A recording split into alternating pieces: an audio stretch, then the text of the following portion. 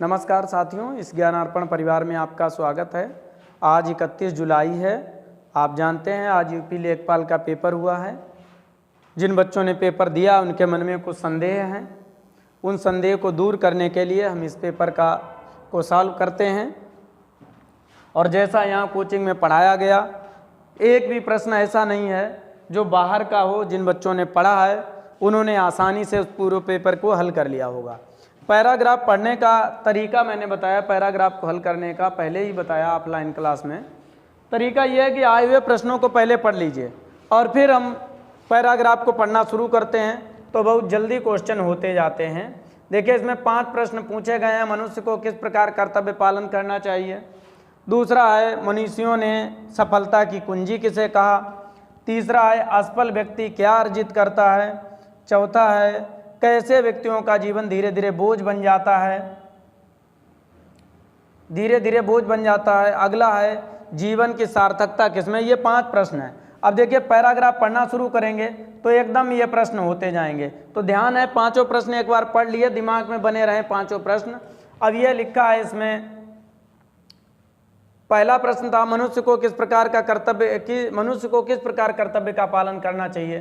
तो इसमें लिखा है, मनुष्य को निष्काम भाव से सफलता असफलता की चिंता किए बिना अपने कर्तव्य का पालन करना चाहिए। आशा या निराशा के चक्र में फंसे बिना उसे निरंतर कर्तव्यरत रहना चाहिए। तो पहला प्रश्न, मनुष्य को किस प्रकार कर्तव्य पालन करना चाहिए। निष्काम भाव से लिखा हुआ है, निष्काम भाव से, सफलता असफलता की चिंता किए बिना, आशा निराशा के चक्र में फंसे बिना। तो ये सभी उपरोक्त सभी। दूसरा प्रश्न है, मनीषियों ने सफलता असफलता की कुंजी किसे कहा है। सारे उत्तर मिलेंगे जब आप इसे पढ़ते जाएंगे।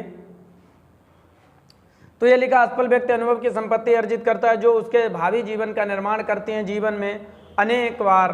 तो यहाँ लिए लिखा एक प्रश्न था, कैसा व्यक्ति क्या अर्जित करता है। असफल व्यक्ति अनुभव की संपत्ति अर्जित करता है। एक प्रश्न का उत्तर यह है, असफल व्यक्ति अनुभव की संपत्ति अर्जित करता है। तो यह है, असफल व्यक्ति क्या अर्जित करता है। तो आंसर है, अनुभव की संपत्ति अर्जित करता है।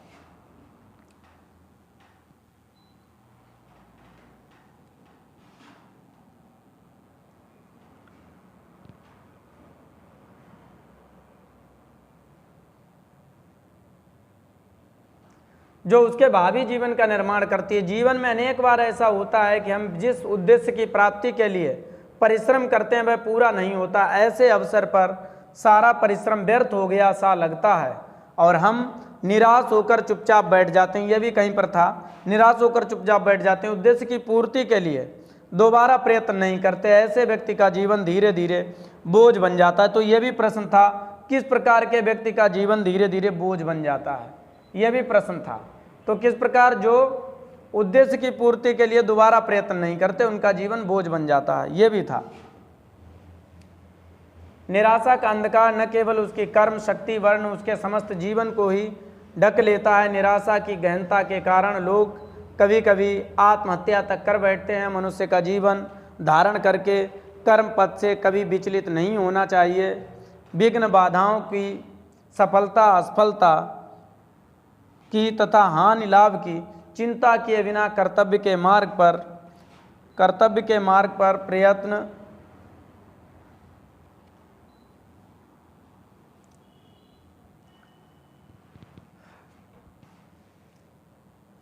चलते रहने में जो आनंद एवं उत्साह है उसमें ही जीवन की सार्थकता। ये भी प्रश्न था कहीं पर, आप देखते चलते हैं, सब होते जाएंगे। तो पहला हमने बता दिया था, उपरोक्त सभी।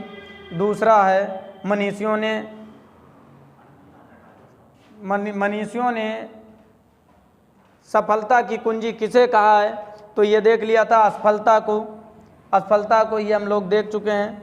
अगला प्रश्न है, असफल व्यक्ति क्या अर्जित करता है। ये बता चुके हैं, असफल व्यक्ति क्या अर्जित करता है। अनुभव की संपत्ति पैराग्राफ में था, अनुभव की संपत्ति। अगला प्रश्न,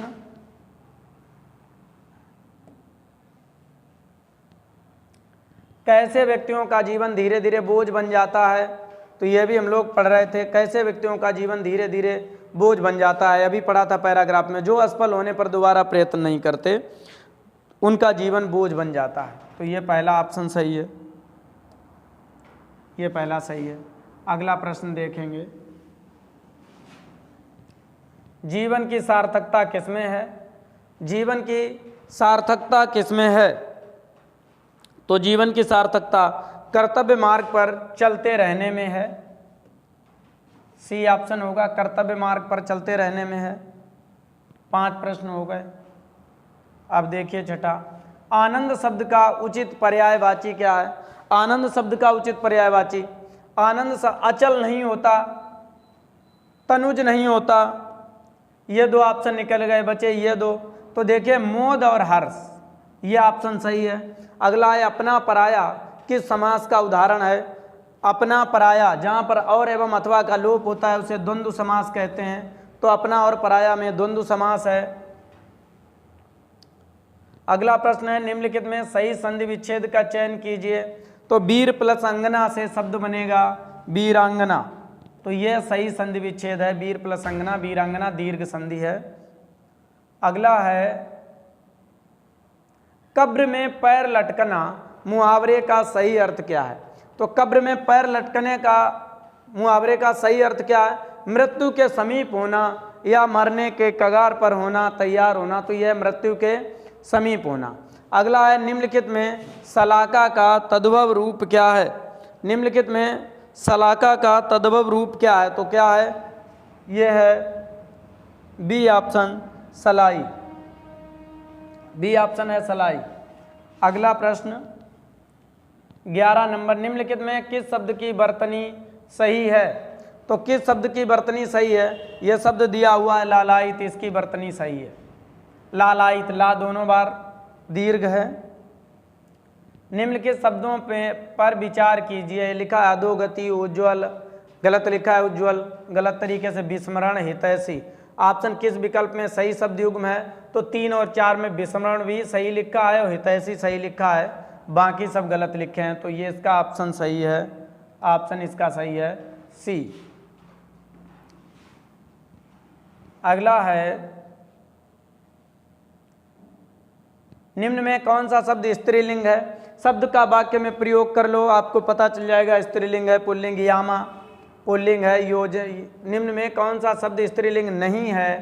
तो नहीं वाला पूछा गया है, अर्थात 3 स्त्रीलिंग हैं, एक पूछा गया जो नहीं। योजना स्त्रीलिंग है, सी भिक्षा मांगी, तो स्त्रीलिंग है योजना। आई स्त्रीलिंग है, यामा स्त्रीलिंग है, बचा क्या? संबल। तो ऑप्शन डी सही है, संबल। संबल ऑप्शन सही है। अगला है, किस शब्द में, किस विकल्प में सही विलोम युग्म है? देखिए किस विकल्प में सही विलोम युग्म है? तो किस शब्द में सही विलोम युग्म है यह ढूंढना है। लिखा है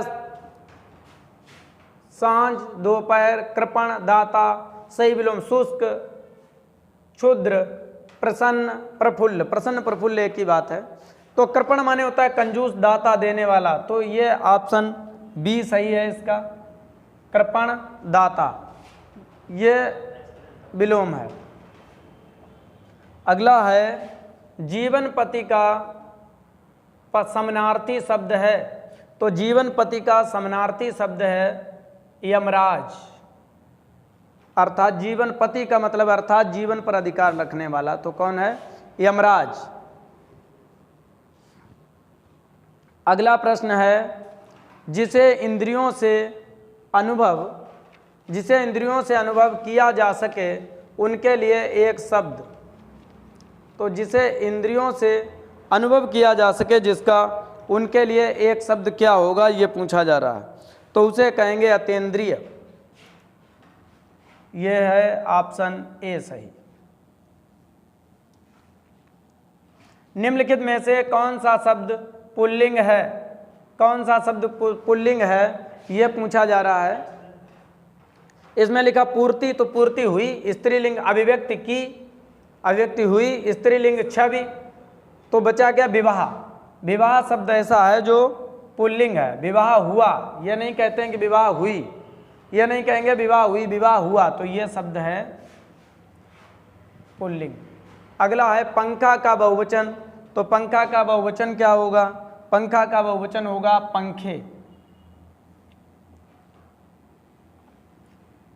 दुशासन का संधि विच्छेद, दुशासन का सही संधि विच्छेद। तो आपको यह जानकारी हो दुशासन में कौन सी संधि है, दुशासन का संधि विच्छेद। तो क्या होगा, दु प्लस शासन, ये डी ऑप्शन है, दु प्लस शासन दुशासन। हमने इसकी एक छोटी सी पहचान बताई थी, आधा सा बीच में है, यहीं से इसे कट कर दो, इसकी जगह विसर्ग लगा दो दु, और प्लस शासन जैसा लिखा है उसे अलग लिख दो, ये पहचान बताई थी। तो दु प्लस शासन दुशासन। निम्नलिखित में से तत्सम शब्द है, तत्सम शब्द अगर ये छा ये वाला बनता है तो ये तत्सम शब्द होता है। अक्षर लिखा हुआ है, अक्षर ये लिखा हुआ है ऐसे अक्षर, तो ये जो सा है का प्लस ये छा जो है का प्लस सा से बनता है, ये अगर छा बन के आता है तो ये तत्सम रूप है। अगला सवाल है, निम्नलिखित में से कौन सा वाक्य अशुद्ध है, अशुद्ध वाला वाक्य बताना है। निम्न में से कौन सा वाक्य अशुद्ध है। तो देखिए इसमें लिखा उसे मृत्यु दंड की सजा हुई, जब यहाँ दंड लिखा और दंड और सजा दोनों शब्द हो गए। विंध्याचल पर्वत पर घने जंगल हैं, यही यहाँ शुद्ध भैंस का दूध होता, शुद्ध भैंस का शुद्ध दूध, तो ये सही होता। तो ये पहला भी है गलत और दूसरा तीसरा भी अशुद्ध है। चौथा है मेरे को उससे बात करना पसंद नहीं है, तो ये ऑप्शन होगा दूसरा तीसरा चौथा, सी ऑप्शन सही है इसका, दूसरा तीसरा चौथा। खग जाने खगई की भाषा, खग जाने खगई की भाषा, इसका मतलब है समान प्रवृत्ति वाले एक दूसरे को समझते हैं, समान प्रवृत्ति वाले एक दूसरे को समझते हैं, खग जाने खगई की भाषा। अगला प्रश्न है,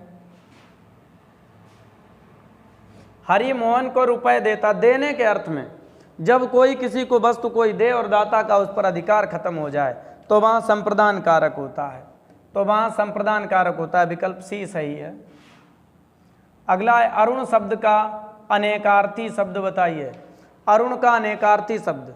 तो अरुण का अनेकार्थी शब्द है सूर्य और प्रातःकालीन, सूर्य और सिंदूर, बी ऑप्शन सही है। अगला सवाल, आज की सभा में अनेकों लोग, बहुवचन रूप अनेक बहुवचन रूप ही है, तो यहाँ बहुवचन का भी बहुवचन बना दिया, ये गलत है। आज की सभा में अनेकों लोग उपस्थित थे, वाक्य में किस भाग में अशुद्धि है, तो अनेकों लोग में अशुद्धि है, ये जो ऑप्शन सी लिखा हुआ है अनेकों लोग, तो इसमें अशुद्धि है।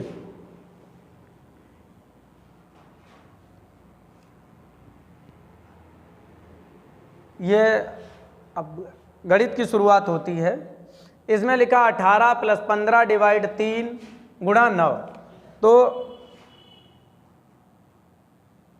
देखेंगे बी बोर्ड मास के अकॉर्डिंग, जो बी बोर्ड मास का नियम कहता है, बी बोर्ड मास का नियम ये कहता है, बेनी कुलम फिर ब्रैकेट और फिर उसके बाद का हल किया जाता, ऑफ का डिवाइड भाग, फिर मल्टीप्लाई गुणा और फिर एडिशन और तब सब्ट्रैक्शन होगा। तो पहले क्या होगा डिवाइड, उसके बाद पहले डिवाइड होगा, उसके बाद उसे हल किया जाएगा। 3 से 5 15 को डिवाइड करेंगे 53, 15 5 बार गया, 5 और 9 का गुणा 45, 45 और 18 कितना हो गया 63। तो ऑप्शन सही है ए।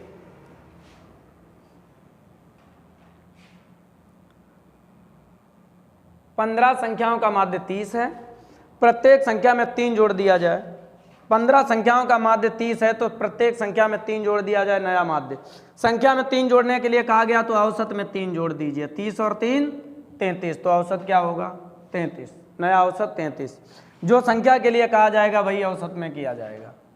अगला सवाल है बहुलक, जिस पद की बारंबारता सबसे अधिक होती है वो पद बहुलक कहलाता। बारंबारता का मतलब है किस पद की आवृत्ति सबसे ज्यादा बार हो रही, कौन सा पद ज्यादा बार आ रहा है, वही बहुलक है। तो इसमें इस सवाल में हम देखेंगे कौन सा पद सबसे ज्यादा बार आया है।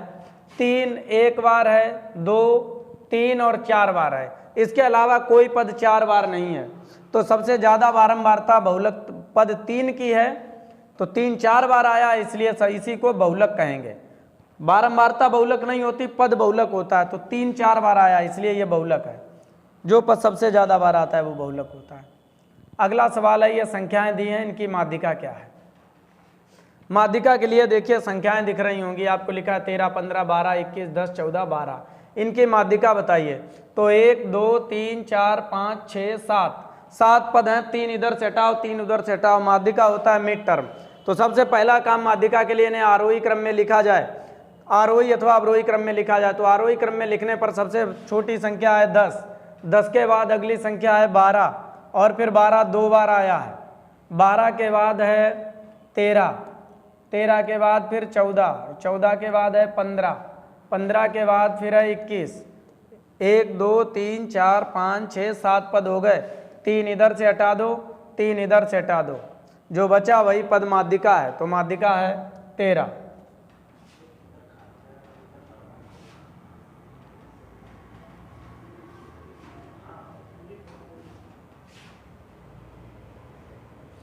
एक त्रिभुज का परिमाप सेंटीमीटर में ज्ञात कीजिए जिसका आधार 18 सेंटीमीटर है। समबाहु त्रिभुज का परिमाप ज्ञात कीजिए जिसका आधार 18 सेंटीमीटर है। अगर समबाहु त्रिभुज ऐसा त्रिभुज होता है जिसकी सभी भुजाएं बराबर होती हैं, समबाहु त्रिभुज ऐसा त्रिभुज जिसकी सभी भुजाएं बराबर होती हैं, तो इसकी एक भुजा 18 है, तीनों भुजाएं बराबर होंगी, तो परिमाप 18 18 जोड़ दीजिए 3 बार या गुणा कर दीजिए, 18 3 54। ऑप्शन नंबर ए सही है।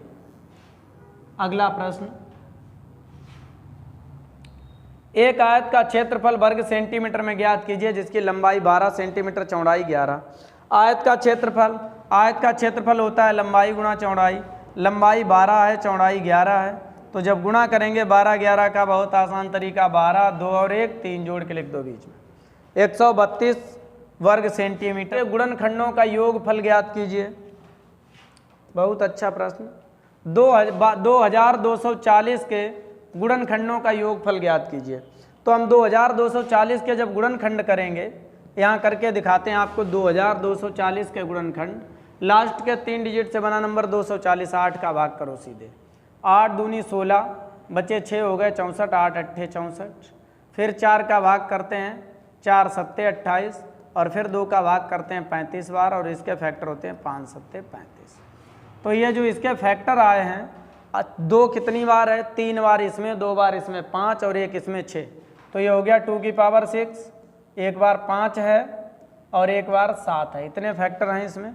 योग पूछा जाए तो बहुत आसान तरीका, यह लिखा है 2 की पावर 6 है तो 1 जोड़ के 2 की पावर 7 माइनस 1, इसे लिखेंगे 5 की पावर 2 माइनस 1, इसे लिखेंगे 7 की पावर 2 माइनस 1, और जो माइनस किया इनके आधारों से एक एक घटाकर वही चिन्ह नीचे, यहाँ बचेगा 1, 5 से 1 गया 4, और 7 से 1 गया, यहाँ बचेगा 6। सॉल्व कर देंगे, 2 की पावर 7 कितना होता है, 2 दूनी 4, दूनी 8, दूनी 16, दूनी 32, दूनी 64, दूनी 128। 128 से 1 घटाएंगे तो बचेगा 127। यहाँ 5 का वर्ग 25 से 1 घटाएंगे तो बचेगा 24। 7 का वर्ग 49 से 1 घटाएंगे तो बचेगा 48। अपान में है 6 चौक 24, 1 24, 24 24 खत्म हो गए। 127 और 48 का मल्टीप्लाई करेंगे।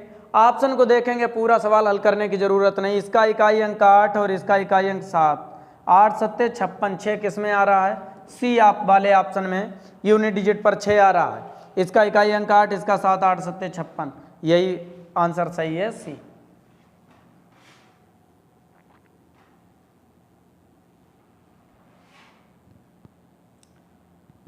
अगला सवाल है, नीचे दिया गया बार ग्राफ 1991 से 99 तक कंपनी की कमाई मिलियन में दिखाता है। इसे पढ़ें और निम्नलिखित प्रश्नों के सही उत्तर दें। तो देखिए ये बार ग्राफ दिख रहा होगा, कोई समस्या है दिखने में तो बताते चलते हैं आपको। तो देखिए इनसे संबंधित प्रश्नों के उत्तर पूछे जाएंगे। बार ग्राफ आपको दिया हुआ है। तो पहला कहा गया उन वर्षों की संख्या का अनुपात जिनमें एक कंपनी की आय औसत से कम है और जिनकी आय औसत से अधिक है वह अनुपात है। तो अधिक और कम वालों का अनुपात पूछा गया। पहले तो पहला काम है औसत निकालना, औसत की आवश्यकता पड़ेगी। उन वर्षों की संख्या का अनुपात जिनमें कंपनी की आय औसत से अधिक और कम, तो औसत निकालेंगे। औसत क्या होता है, औसत होता है योग बटे संख्या, औसत बराबर योग बटे संख्या। योग करेंगे तो योग ये विभिन्न वर्ष हैं, ये 91, 92, 92, 93, 93, 94, 94, 95, ये 95 से 96 है, 96, 97 है, ये 97 से 98, 98 से 99 है। ये वर्ष दिए गए हैं। पहले हमारा काम है इनका औसत निकालना।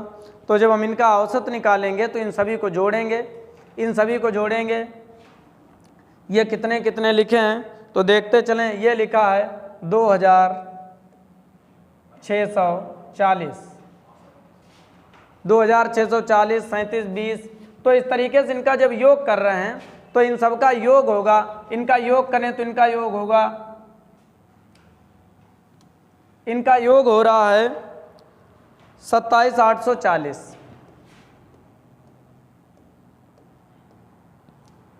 संख्या लिखेंगे तो संख्या में कितने हैं ये 1 2 3 4 5 6 7 8, 8 से डिवाइड करेंगे इसे, 8 से डिवाइड करेंगे तो कितना आएगा 8 3 24 बचा 3 38 हो गया, 8 चक्कू 32 बचा 6 64, 8 अट्ठे 64, ये आ गया है 3480। तो कितने ऐसे वर्ष हैं जो 3480 से कम हैं? तो देखेंगे कितने ऐसे वर्ष हैं जो 3480 से कम हैं। एक वर्ष ये है 1 2 3 4 और एक है 5, तो 5 वर्ष ऐसे हुए।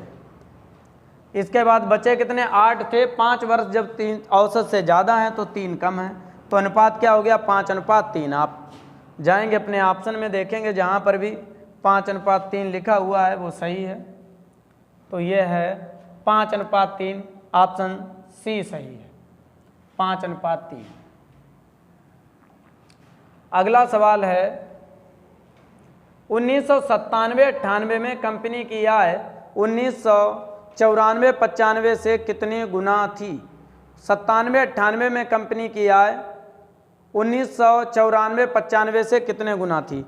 तो आप 97-98 की आय को देखेंगे और 94-95 से पूछा जा रहा है कितने गुना थी। 97-98, तो ये रहा 97-98 में थी, 97-98 में कितनी थी ये देखेंगे। तो 97-98 5040, 97-98 में ये रहा 97-98, तो ये है 5040 थी, 5040 थी। इसको कंपेयर किससे करना है? कंपेयर कौन से वाले से करना है उसमें पूछा गया था 94-95 से। तो देखिए 94-95 ये है 3360, भाग दे दीजिए, ये आ जाएगा कितने गुना थी। 0 से 0 काट दिया, 4 से इकाई अंक इसका 36 अंतिम 2 अंकों से बनी संख्या 404 से काट देंगे, 4 1 4 बचा 1 10, 4 दूनी 8 और 4 छंग 24, ये आ जाएगा 4 अट्ठे 32, 4 चक्कू 16। अब ये 2 से फिर कट जाएगा, 2 से ये 2 चक्कू 8, 2 1 2 दूनी 4 और ये आएगा 2 छंग 12, 2 तियों 6 7, छंग 42, 7 नेम 63, कटता जाएगा 3 तियों 9 और 3 दूनी 6, तो आ गया है 3/2। 3/2 का मतलब 1.5, तो ये हो गया 1.5। तो उस प्रश्न का जवाब होगा 1.5। तो देखिए ये है ऑप्शन नंबर सी सही है 1.5, ये आया 1.5, यही सही है। अगला सवाल है 1996-97 में कंपनी की आय समाधीन अवधि में औसत आय का लगभग कितना प्रतिशत थी? 1996-97 में कंपनी की आय समाधीन आय का कितना प्रतिशत थी, हमसे पूछा जा रहा संपूर्ण आय का कितना प्रतिशत थी। तो जरा फिर वहाँ जाना पड़ेगा और देखना पड़ेगा 96-97 में कंपनी की आय कितनी थी। तो 96-97 में कंपनी की आय कितनी थी ये देखना पड़ेगा वहाँ से। 96-97 ये है, 96-97 में थी 4320, तो 96 97 में 4320 थी, 4320। औसत का पूछा गया है, औसत का कितना प्रतिशत थी, तो औसत आया था 3480। प्रतिशत लाने के लिए 100 का गुणा करना पड़ता है। हल करेंगे, 0 0 खत्म, 4 से 4 1 4 ना जाने का 0 या 4 दशामन 40, 4 अट्ठे 32, यह आएगा 4 अट्ठे 32, बचे 2 28, 4 सत्ते 28। यह 3 से कटेगा, 3 3 9 और 1 18 हो गया, 3 6 18, ये 3 दूनी 6, 3 नेम 27। तो ये आ गया है 3600/29। एक बार भाग जाएगा, ऑप्शन पर चले जाओ, हो जाएगा। एक बार भाग जाएगा, बचेगा कितना, 7 हो गए 70, फिर 29 दूनी 58, अब कितना बचा, 29 हो गए 70, 29 दूनी 58, तो बचा कितना 12, तो ये जाएगा फिर। तो देखिए इससे हल करेंगे इसे, तो एक बार भाग जाएगा, बचेगा तो ये हो जाएगा 70, वहाँ पर 7 बचेगा, 70 हो गया, तो 2 बार एक ही ऐसा ऑप्शन है, ऑप्शन नंबर डी सही है, 125।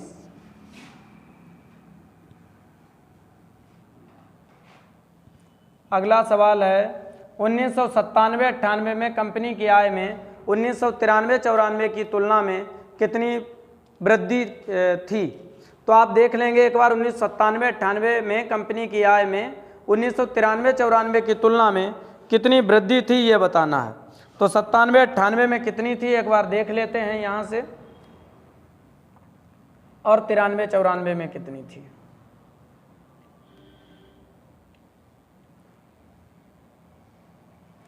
सत्तानवे अट्ठानवे ये रहा, 97-98 में 5040 थी, और 93-94 में 2520 थी।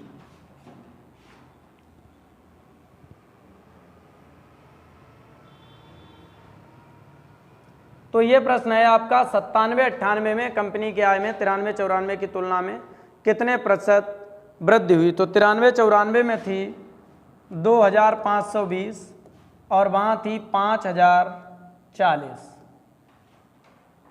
तो कितने प्रतिशत वृद्धि हुई, 2520 घटा दिया, इतनी वृद्धि हुई। प्रतिशत वृद्धि क्या होती है, प्रतिशत वृद्धि होती है वृद्धि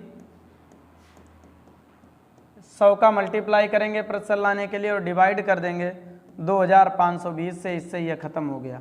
दुगनी हो गई तो इसका मतलब 100% वृद्धि हुई, तो ऑप्शन बी सही होगा, 100% वृद्धि। अगला सवाल है 94-95 में वर्ष 94-95 से 95-96 तक कंपनी की आय में लगभग प्रतिशत गिरावट आई। तो देखेंगे कितने प्रतिशत गिरावट आई, ये बताना है। एक बार प्रश्न को वहाँ देखते हैं।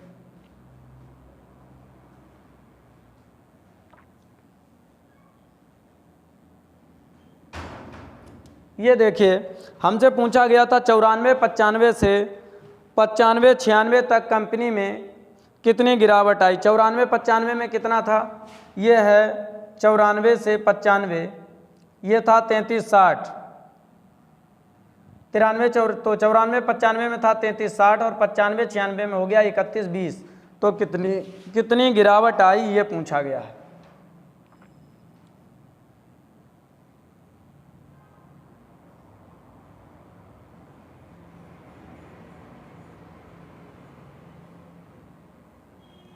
तो ये है सवाल नंबर 38, कितने प्रतिशत गिरावट आई ये हमसे पूछा जा रहा है। तो उसमें थी 3360 और हो गई है 3120, कितनी गिरावट आई, घटा देते हैं यहाँ 40 और 240, तो गिरावट लिखेंगे 240, प्रतिशत में पूछे तो 100/3360। हल करेंगे इसे, काट देंगे, 4 छंग 24, 4 अट्ठे 32, 4 चक्कू 16, हल कर देंगे इसे तो लगभग में आएगी, लगभग में ये देखिए आ गया है 6 एकन 6, 6 चौक 24, 100/14, 100/14 तो हल करेंगे, 14 7 98, लगभग 7 बार। तो 7 बार 7% की गिरावट आई। तो ऑप्शन सही होगा ए, 7% की गिरावट। अगला सवाल है, कक्षा 21 से 25 का बारंबारता घनत्व कितना है? तो हमसे इसमें बारंबारता घनत्व पूछा गया है। बारंबारता घनत्व कितना है? तो देखेंगे बारंबारता घनत्व यहाँ पर 21 से 25 का बारंबारता घनत्व कितना है? तो 21 से 25 में ये 20 है और वर्ग अंतराल वहाँ पर 4 है, 5 है तो डिवाइड करेंगे 4 आएगा। अगला है हिस्टोग्राम यानी आयत चित्र एक प्रकार का होता है। हिस्टोग्राम या आयत चित्र एक प्रकार का होता है। तो आयत चित्र क्या होता है? आवृत्ति आरेख।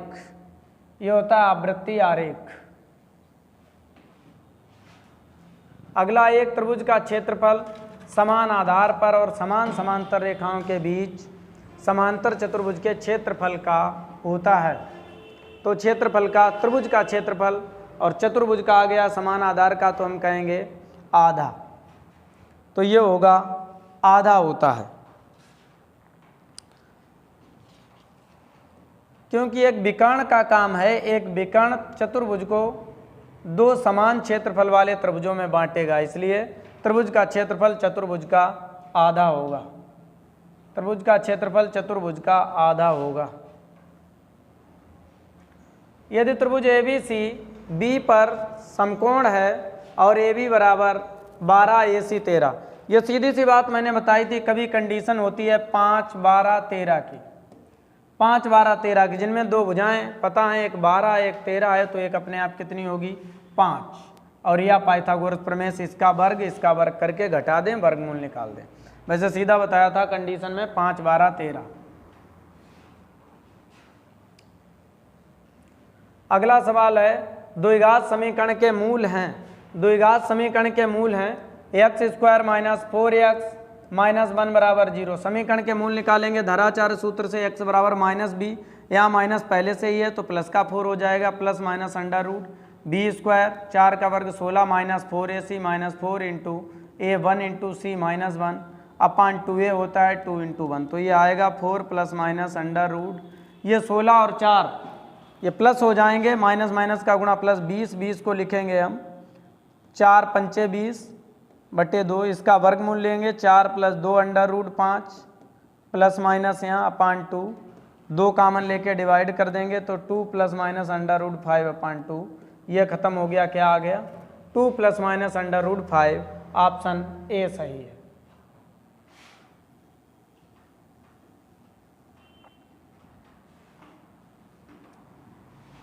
अगला है, राहुल का वेतन मोहन के वेतन से 20% अधिक है। राहुल का वेतन मोहन के वेतन से 20%। अच्छा, एक ये सवाल पहले 44 नंबर को देखते हैं। अमित अपना मोबाइल 1820 रुपये की दर से बेचता है और 30% की हानि वहन करता है। उसे मोबाइल किस दर पर बेचना चाहिए जिससे उसे 30% का लाभ? तो 1820 रुपये में बेचता है तो ये एसपी हुआ, और एसपी कब आता है? बेचने के बाद का जो मुख्य विक्रय मूल्य होता है। 30% की हानि होती है तो नीचे 70 लिखा जाएगा। अब उसे 30 प्रॉफिट चाहिए तो 130, इसका 0 और ये 0 खत्म हो गए। 7 से 7 दूनी 14 और 7 छंग 42, ये आ गया 260। गुणा करेंगे 0 तो आएगा ही, 3×6 = 78, यानी यूनिट डिजिट पर 8 आएगा। तो 8 एक ही ऑप्शन में है, फिर इकाई पर 0 है, उसके बाद अगला अंक 8 आएगा। 3 और 6 का गुणा 18, तो विकल्प नंबर बी सही होगा। अगला सवाल है, राहुल का वेतन मोहन के वेतन से 20%, राहुल का वेतन मोहन के वेतन से 20% अधिक है। राहुल को अपने वेतन पर 30% की वृद्धि मिली, जबकि मोहन को वेतन पर 40% की वृद्धि मिली। वेतन वृद्धि के बाद राहुल का वेतन मोहन के वेतन से लगभग कितने % अधिक है? तो देखिए, राहुल और मोहन राहुल का वेतन मोहन से 20% अधिक है, इसका मतलब अगर मोहन 100 है तो राहुल 120 है। अगर मोहन 100 है तो राहुल 120 है।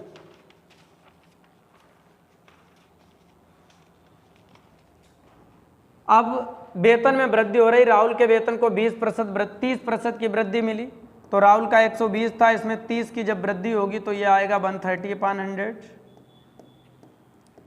गुणा करेंगे 13 दूनी 26, 13 एकन 13 और 2 15, 156। और मोहन के वेतन में, जबकि मोहन को अपने वेतन पर 40% की वृद्धि मिली। अब आगे पूछ रहा है तो वेतन वृद्धि के बाद राहुल का वेतन मोहन के वेतन से लगभग कितने प्रतिशत अधिक है, तो ये लगभग कितना ज़्यादा है, घटाएंगे 16, 14 और 16 56 होता है, 16 गुणा 100/140, 0 0 कट गया, 2 8 16, 2 7 14, ये आ गया 8 6 48, 0 0 कट गया, और ये 0 से 0 काट दिया, 2 7 14, 2 8 16, तो ये आ गया 80/7। 7 से डिवाइड करेंगे, 7 एकन 7, 7 एकन 7, लगभग 11, तो ऑप्शन नंबर ए सही है। अगला सवाल, लघुत्तम समापवर्त, जो पूछा जाए वो ऊपर उसका उल्टा नीचे। लासा पूछा गया तो ऊपर 3 2 4 का लासा, 3 2 4 का लासा 12, ऐसी संख्या सबका भाग चला जाए, छोटी छोटी संख्या, तो 12 आएगा। हरों का लासा लेंगे, सहवाज संख्या, इसलिए हरों का मासा लेंगे तो सहवाज संख्या 1 आएगा, तो ऑप्शन सही है 12।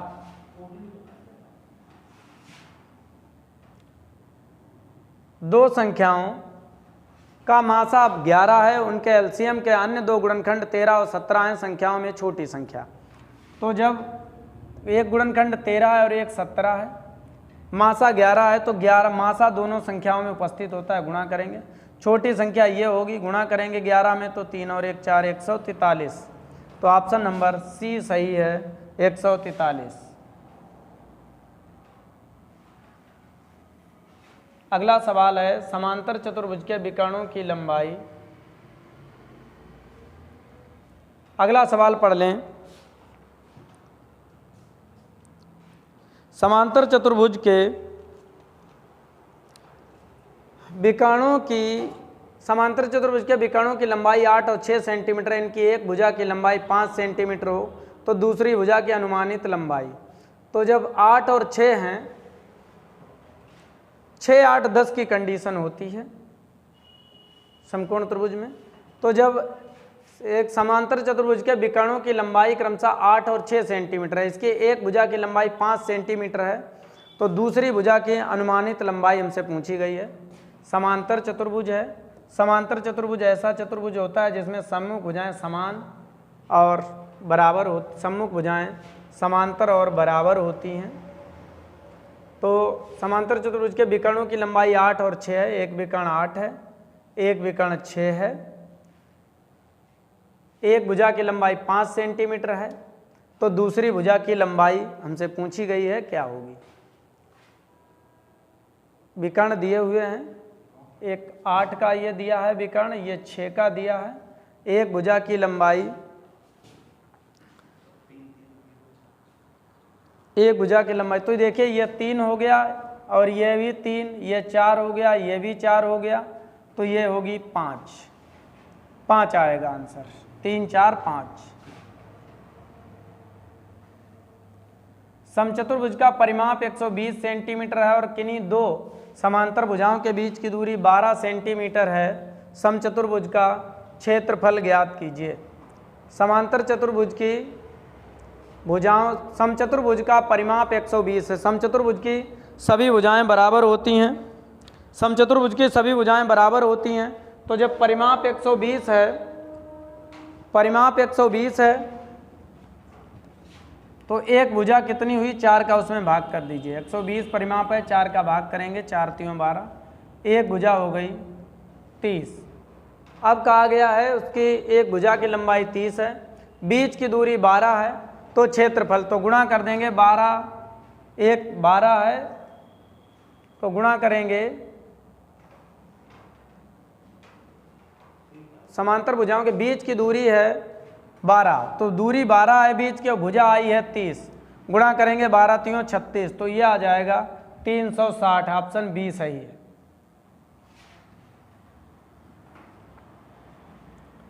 एक बारंबारता बहुभुज अनेक भुजाओं वाला होता है, तो जो बारंबारता बहुभुज है वो अनेक भुजाओं वाला क्या होता है? आयत। ऑप्शन बी सही है। एक बारंबारता बहुभुज अनेक भुजाओं वाला आयत होता है। अगला प्रश्न देखते हैं।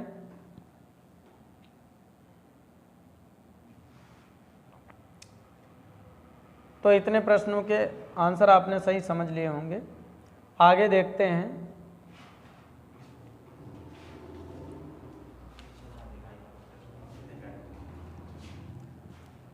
नई प्रौद्योगिकियों का उपयोग करके ईंधन की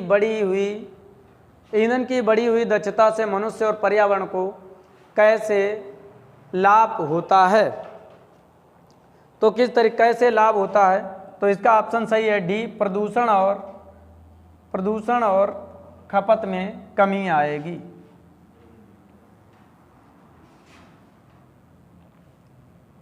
अगला है, कौन नेपाल में हिमालय पर्वतमाला में एवरेस्ट बेस कैंप को फतह करने वाले सबसे कम उम्र के भारतीय पर्वतारोहियों में से एक बन गया है?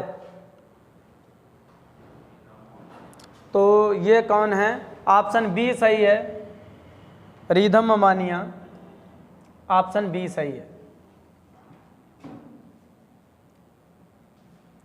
अगला है, किस देश ने मई 2020 में ब्रिक्स विदेश मंत्रियों की बैठक की अध्यक्षता की? देश का नाम पूछा गया है, तो कौन सा देश है? चीन।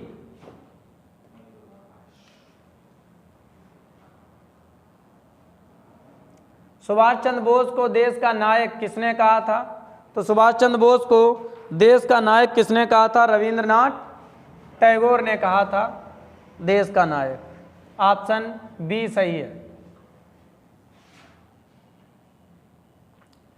किस रियासत के खिलाफ अभियान को ऑपरेशन पोलो कूट नाम दिया गया था?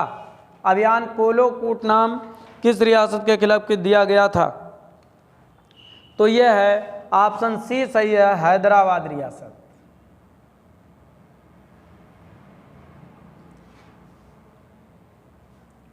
अगला सवाल है, भारत में निम्नलिखित में से किस राज्य में सबसे कम लोकसभा सीटें हैं? तो सबसे कम लोकसभा सीटें किसमें हैं? सिक्किम में हैं। सबसे कम लोकसभा सीटें किसमें हैं? तो यह है सी ऑप्शन, सिक्किम। अगला सवाल, ईएफटी का पूर्ण रूप क्या है?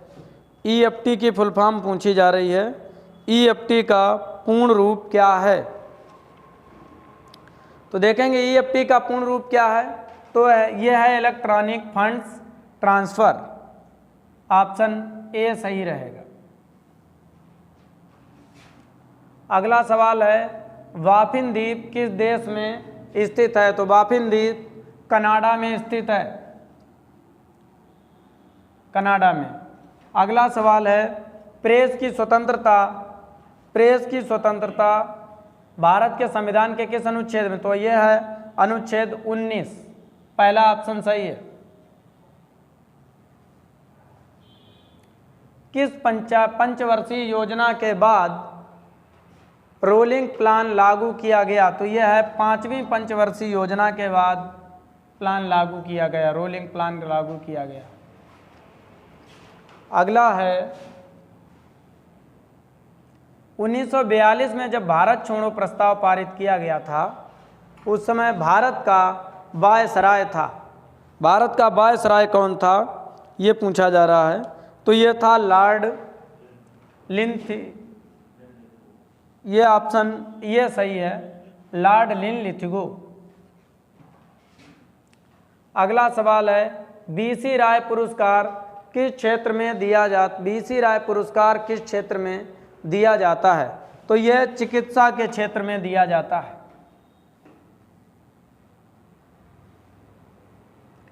निम्नलिखित में से भारतीय संविधान के किस अनुच्छेद में राज्य के नीति निदेशक तत्व सिद्धांत सम्मिलित हैं। तो यह 36 से 51 तक, 36 से 51 तक। महात्मा गांधी ने नमक सत्याग्रह शुरू किया था। तो महात्मा गांधी ने नमक सत्याग्रह कहाँ से शुरू किया था? तो ये महात्मा गांधी ने कहाँ से? साबरमती, सी ऑप्शन सही है, साबरमती से शुरू किया था। अगला है सती प्रथा को किसके द्वारा समाप्त किया गया? लॉर्ड विलियम बेंटिक के द्वारा, Lord William Bentinck, D option है। ब्रिटिश शासन के दौरान भारत की अधिकांश जनसंख्या जीविका के लिए किस क्षेत्र पर निर्भर थी? तो जीविका के लिए उस समय कृषि पर निर्भर थी, जिसे हम क्या कहेंगे? प्राथमिक क्षेत्र। पहला सही है। उत्तर प्रदेश भारतीय संघ में कितने राज्यों के साथ अपनी सीमा बनाता है? तो यह है 8 राज्यों के साथ अपनी सीमा बनाता है। और अगर केंद्र शासित प्रदेश भी शामिल किया जाए तो 9 भी हो सकता है। उत्तर प्रदेश की अर्थव्यवस्था पर आधारित है, किस पर आधारित है? तो उत्तर प्रदेश की अर्थव्यवस्था कपड़ा खनन मत्स्य पर आधारित नहीं है, खनन पर आधारित है। कृषि पर आधारित है। ऑप्शन बी सही है। अगला सवाल है सबसे लंबा राष्ट्रीय राजमार्ग कौन सा है जो उत्तर प्रदेश से होकर गुजरता है? तो ऑप्शन सी सही है, NH2। निम्नलिखित में से किस अनुसूचित जनजाति की जनसंख्या उत्तर प्रदेश में सबसे अधिक है? अनुसूचित जनजाति की संख्या पूछी जा रही है। तो यह है थारू, थारू जनजाति उत्तर प्रदेश में सबसे ज़्यादा है। अगला सवाल है निम्नलिखित में से कौन सा जलडमरू मध्य भूमध्य सागर को अटलांटिक महासागर से जोड़ता है? तो कौन जोड़ता है? बी ऑप्शन है, जिब्राल्टर के जलडमरू मध्य।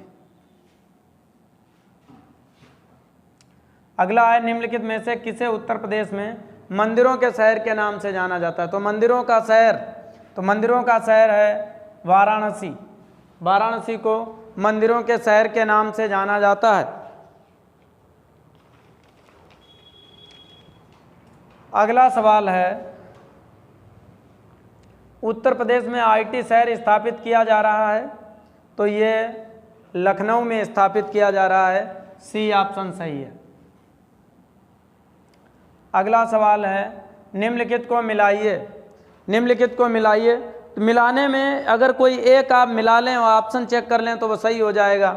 जामिनी बांध जामिनी नदी पर, तो चौथे में चौथा ए से मैच करेगा। ऑप्शन में जाएंगे, पहला ऑप्शन सही है 4A, तो ये पहला ऑप्शन सही है इसका। अगला सवाल आप कंप्यूटर वायरस का कैसे पता लगाएंगे? ईमेल संदेश भेजकर, सर्दियों के दौरान लैपटॉप का उपयोग कर, तो ईमेल अटैचमेंट खोलकर। तो ये सी ऑप्शन सही है इसका। अगला सवाल है निम्नलिखित में से कौन सी योजना भारत में ग्रामीण सड़क संपर्क विकास के लिए जिम्मेदार है? तो यह है पहला ऑप्शन इसका, ए ऑप्शन सही है, PMGSY, PMGSY। अगला है निम्नलिखित में से किस योजना का उद्देश्य पूरे देश में महिला स्व सहायता मॉडल को सशक्त करता है? तो यह ऑप्शन सही है, सी, राष्ट्रीय ग्रामीण आजीविका मिशन। सी ऑप्शन सही है। अगला सवाल है निम्नलिखित में से कौन सी योजना के तहत किसी भी ग्रामीण परिवार के वयस्क को एक वित्तीय वर्ष में 100 दिनों में रोजगार की गारंटी दी जाती है जो अकुशल शारीरिक कार्य करने में इच्छुक हैं? तो इसका ऑप्शन सही होगा डी, ग्रामीण रोजगार गारंटी योजना। डी ऑप्शन सही है। अगला सवाल है भारत सरकार की निम्नलिखित में से कौन सी योजना विधवाओं, बुजुर्गों, विकलांग लोगों को पेंशन के रूप में वित्तीय सहायता प्रदान करती है। तो ये कौन सी है? NSAP। तो ऑप्शन सही है बी इसका।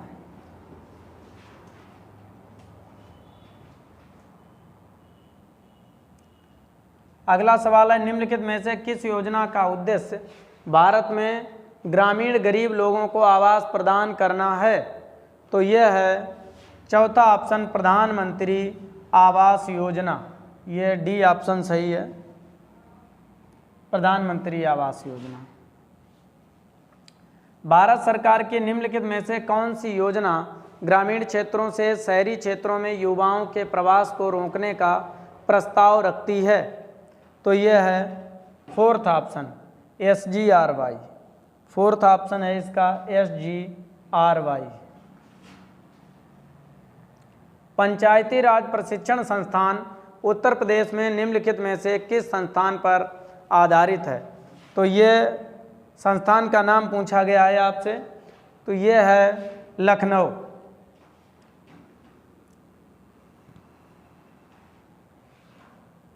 इस स्थान का नाम पूछा गया था।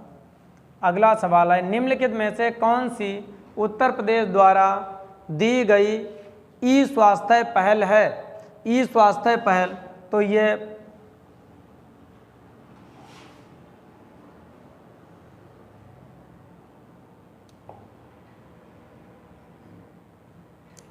ई स्वास्थ्य पहल, तो ये इसका ऑप्शन है पहला सही है, उत्तर प्रदेश HMIS।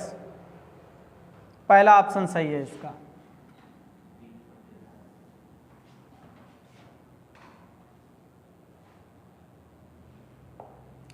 अगला सवाल है, निम्नलिखित में से भारत सरकार की किस योजना का मुख्य उद्देश्य बालिकाओं के उत्तरजीविता को सुनिश्चित करना था? तो इसका ऑप्शन बी सही है, बेटी बचाओ बेटी पढ़ाओ। ये बी ऑप्शन है सही, बेटी बचाओ बेटी पढ़ाओ।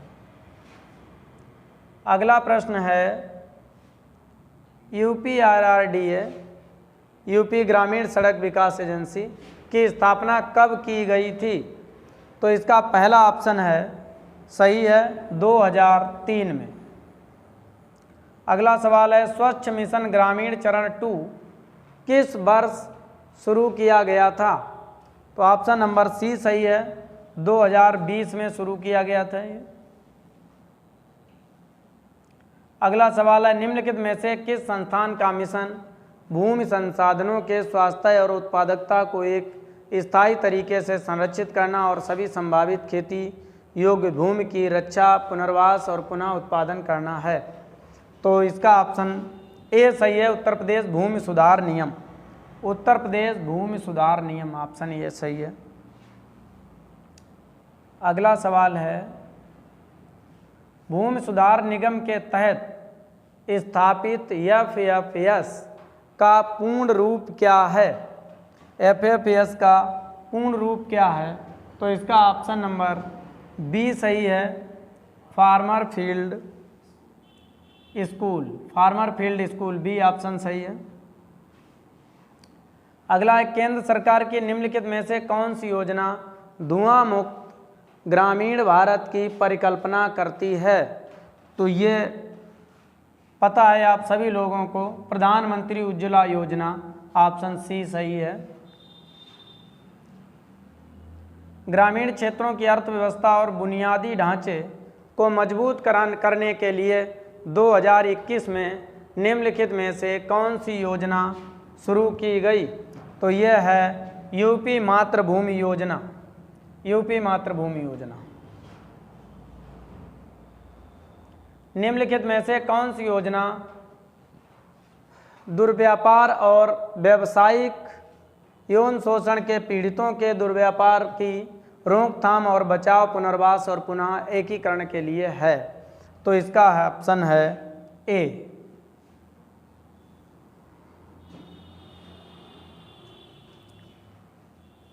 अगला सवाल है, निम्नलिखित में से कौन सी योजना हमारे देश की पारंपरिक कलाओं, शिल्प कलाओं कलाओं शिल्पों के संरक्षण और अल्पसंख्यक समुदायों के पारंपरिक कारीगरों और शिल्पकारों की क्षमता निर्माण के लिए है। तो कौन सी है? यह है आजीविका योजना। तो कौन से? ये उस्ताद योजना है। ऑप्शन नंबर सी सही है, उस्ताद योजना। निम्नलिखित में से कौन सी योजना गैर कृषि गतिविधियों में महिलाओं के उद्यमशीलता कौशल के विकास के माध्यम से महिलाओं के आर्थिक सशक्तिकरण का प्रावधान करती है? तो ये ऑप्शन ए सही है। ऑप्शन ए सही है, ट्रेड योजना। अगला सवाल है, निम्नलिखित में से कौन सा मंत्रालय नोडल विभाग आजीविका राष्ट्रीय आजीविका मिशन को संभालता है? तो देखें इसका ऑप्शन कौन सा सही है। ऑप्शन इसका सही है बी, ग्रामीण विकास मंत्रालय। ग्रामीण विकास मंत्रालय, बी ऑप्शन सही है।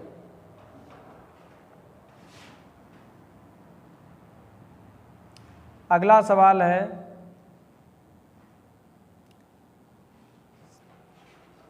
सौर फोटोवोल्टिक सिंचाई पंप योजना के तहत छोटे और सीमांत किसान केंद्र सरकार की सब्सिडी के अलावा 1800 वाट यानी 2 HP सरफेस सोलर पंप के लिए कितने अनुदान के पात्र हैं? तो इसका ऑप्शन सही है, इसका ऑप्शन सही है दूसरा। कितने के लिए पात्र हैं? तो यह है 30%, बी ऑप्शन सही है, 30% के लिए। अगला है, कन्या विद्या धन योजना के तहत आर्थिक रूप से कमजोर परिवारों की लड़कियों जो हाई स्कूल पास हैं को उच्च शिक्षा प्राप्त करने के लिए एक मुश्त राशि प्रदान की जाती है। तो ये राशि कितनी है? यह है ऑप्शन नंबर सी सही है, 30,000 रुपये। तो ऑप्शन नंबर सी सही है, 30,000 रुपये।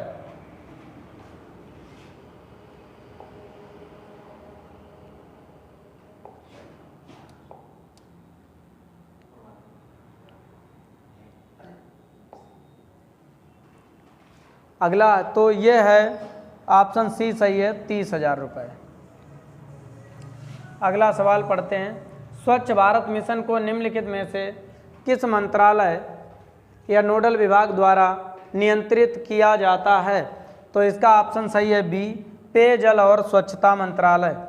बी ऑप्शन सही है, पेयजल और स्वच्छता मंत्रालय। निम्नलिखित में से कौन सा कार्यक्रम सार्वजनिक स्वास्थ्य संस्थानों में प्रसव के लिए आने वाली गर्भवती महिलाओं को मुफ्त में आने जाने के लिए परिवहन, मुफ्त दवाएं, मुफ्त निदान, मुफ्त रक्त और मुफ्त आहार प्रदान करता है? तो ये इसका ऑप्शन सही है ए, ये ऑप्शन सही है इसका, जननी शिशु सुरक्षा कार्यक्रम। अगला सवाल है,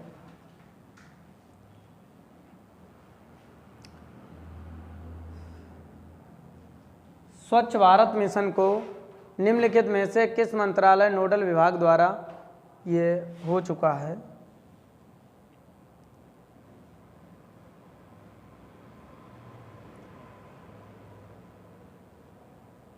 अगला सवाल है, निम्नलिखित में से किस मंत्रालय या नोडल विभाग की केंद्र में एकीकृत बाल विकास सेवा योजना के कार्यान्वयन की प्राथमिक जिम्मेदारी है? तो इसका ऑप्शन डी सही है, महिला एवं बाल विकास मंत्रालय। डी ऑप्शन सही है, महिला एवं बाल विकास मंत्रालय। निम्नलिखित में से कौन सी योजना पंचायती राज मंत्रालय द्वारा गांवों की आबादी के सर्वेक्षण और ग्राम क्षेत्रों में उन्नत प्रौद्योगिकी के साथ मानचित्रित है? तो ये कौन सी है? ऑप्शन नंबर सी सही है इसका, सी।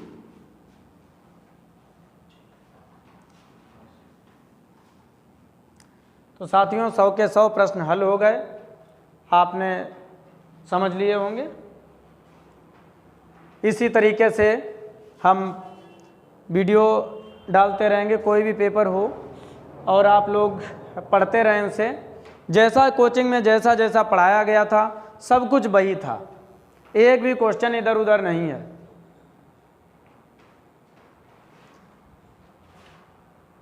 जैसा जैसा आपको अध्ययन कराया गया वैसा सब कुछ मिला। आगे आप अध्ययनरत रहें, पढ़ते रहें। हमारी शुभकामनाएं आपके साथ हैं। नमस्कार।